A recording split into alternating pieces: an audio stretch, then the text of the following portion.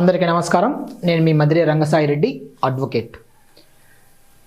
ఆంధ్రప్రదేశ్లో 2019-2024 మధ్యలో మద్యం కుంభకోణానికి సంబంధించి ఈరోజు దర్యాప్తు ప్రక్రియ జరుగుతుంది.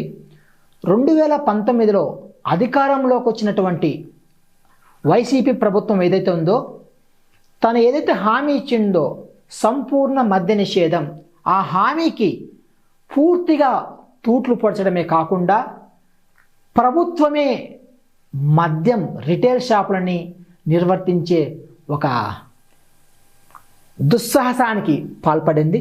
దానికి సంబంధించి దాదాపుగా 3,200 కోట్ల పైన స్కామ్ జరిగినట్లు ఈరోజు విజయవాడ సిపి రాజశేఖర్ బాబు గారి ఆధ్వర్యంలో ఏర్పడిన సిట్ బృందం దర్యాప్తు చేస్తుంది. ఇందులో భాగంగా మొదటి విడత కసిరెడ్డి రాజశేఖర్ రెడ్డి, అలాగే ఆయన అనుచరుడు ఎవరైతే ఉన్నారో పైలా దిలీప్, వీళ్ళిద్దరినీ అరెస్ట్ చేసి రిమాండ్కు పంపించడం జరిగింది. ఈ రిమాండ్ రిపోర్ట్లో మరో 3 పేర్లు తెలియపరచడం జరిగింది. ఆ ముగ్గురు ఎవరనగా మాజీ ముఖ్యమంత్రి జగన్మోహన్ రెడ్డి గారి కార్యదర్శి ధనుంజయ రెడ్డి గారు, అలాగే ఓఎస్డి కృష్ణమోహన్ రెడ్డి, అలాగే మరో నిందితుడు గోవిందప్ప. వీళ్ళ 3 పేర్లు ఆ రిమాండ్ రిపోర్ట్లో పెట్టడం జరిగింది. ఎప్పుడైతే వీళ్ళ 3 పేర్లు రిమాండ్ రిపోర్ట్లో పెట్టారో అప్పుడు ఈ ముగ్గురు తమను కూడా అరెస్ట్ చేస్తారు అనే ఒక భయంతో ముందస్తు బెయిల్ కోసము ఆంధ్రప్రదేశ్ హైకోర్టును ఆశ్రయించడం జరిగింది. ఈ హైకోర్టు ఈ నెల 2వ తేదీ, అప్పుడు హైకోర్టు 7వ తేదీకి విచారణ వాయిదా వేయడం జరిగింది.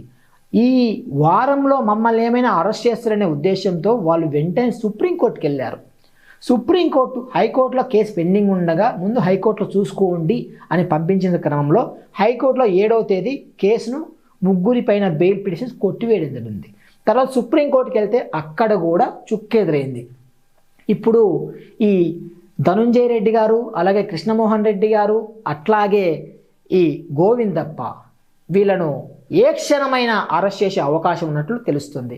ఇలా 3 కోసం ఇలా పోలీస్ అలాగే సిట్ బృందం గాలిస్తున్నట్టు తెలుస్తుంది. ఈ 3 అందుబాటులో ఉన్నారా లేదా అనేది మనకు అతి త్వరలో తెలుస్తుంది. చూడండి, మద్యం కుంభకోణం జరిగింది అనడానికి మన దగ్గర పోయినసారి చూసాం కదా మనము.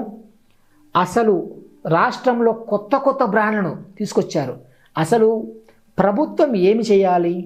ప్రభుత్వం ప్రజలకు రక్షణ కల్పించాలి, అలాగే ప్రజలకు కావాల్సిన కనీస వసతులు కల్పించాలి, అలాగే పోలీస్, రెవెన్యూ ఇలాంటివి చూడాలి. అంతే తప్ప ఫిష్ మార్కెట్లు, అలాగే మద్యాలు, మందు బాటలు అమ్ముతాము, వైన్ షాపులు పెడతాము, ప్రభుత్వ అధికారులతో నడుస్తాము. చూసాం కదా కరోనా టైంలో.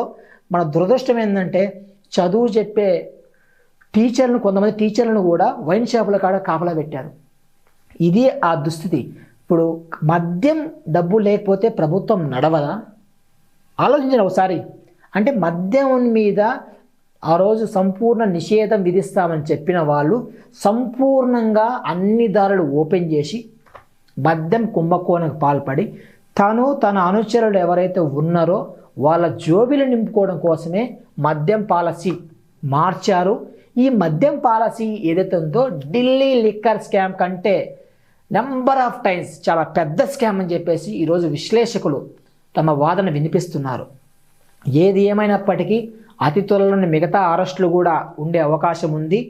అలాగే దీనికి ప్రత్యక్షంగా పరోక్షంగా మాజీ ముఖ్యమంత్రి జగన్మోహన్ రెడ్డి గారి మెడకు చుట్టుకుంటుందా అంటే ఈ పరిణామాలను చూస్తే ఆయన్ను కూడా అరెస్ట్ చేయొచ్చు, అలాగే ఆయన్ను కూడా రిమాండ్కు పంపించే అవకాశం లేకపోలేదు.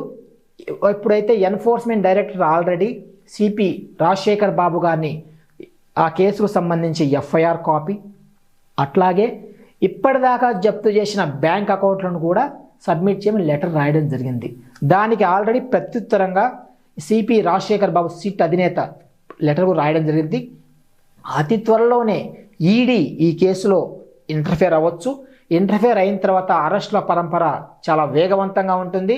అలాగే దర్యాప్తు ప్రక్రియ కూడా చాలా వేగవంతంగా ఉంటుంది. ఏదేమైనప్పటికీ ప్రజల సొమ్మును అక్రమంగా ఎవరు తీసుకున్నా కూడా చట్టం తన పని తాను చేసుకుపోతుంది అనే దానికి ఈ ఆంధ్రప్రదేశ్లో జరిగిన మద్యం కుంభకోణమే ఒక నిరూపణ అని చెప్పేసి సామాన్య పౌరులు కూడా అర్థమవుతుంది. జై హింద్, నమస్తే.